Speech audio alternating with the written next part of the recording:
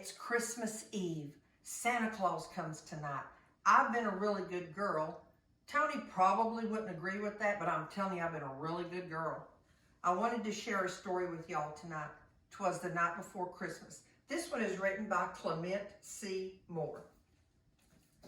Let's read. The Night Before Christmas. 'Twas the night before Christmas when all through the house not a creature was stirring, not even a mouse. The stockings were hung by the chimney with care, in hopes that St. Nicholas soon would be there. The children were nestled all snug in their beds, while visions of sugar plums danced through their heads. And Mama in her kerchief and I in my cap had just settled our brains for a long winter's nap, when out on the lawn there arose such a clatter. No. I sprang from my bed to see what was the matter. Away to the window I flew like a flash, tore open the shutters, and threw up the sash. The moon on the breast of the new fallen snow gave a luster of midday to objects below, when what to my wondering eyes did appear but a miniature sleigh and 8 tiny reindeer? With a little old driver so lively and quick, I knew in a moment he must be St. Nick. More rapid than eagles, his coursers they came, and he whistled and shouted and called them by name.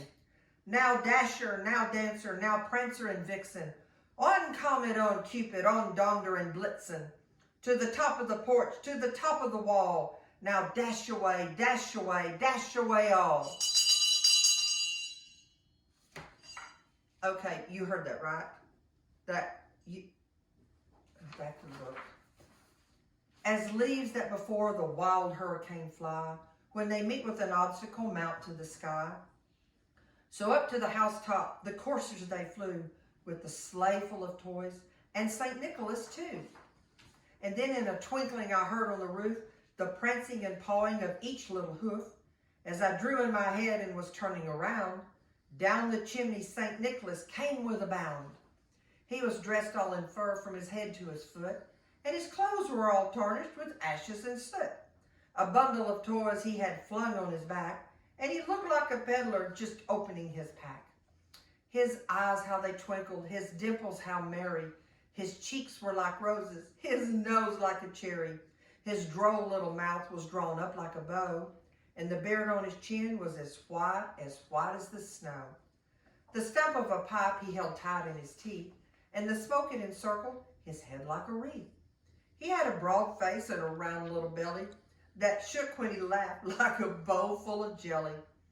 He was chubby and plump, a right jolly old elf, and I laughed when I saw him, in spite of myself. A wink of his eye and a twist of his head soon gave me to know I had nothing to dread.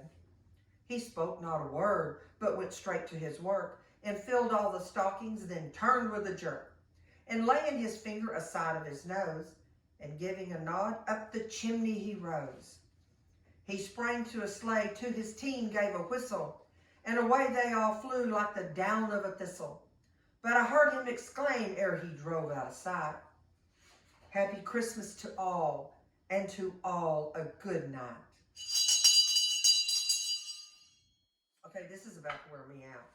I'm going to have to go find out where this noise is coming from. I'll be right back.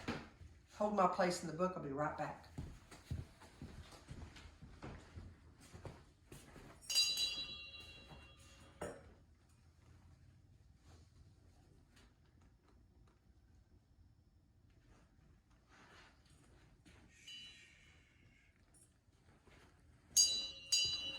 Ho, ho, ho! Merry Christmas!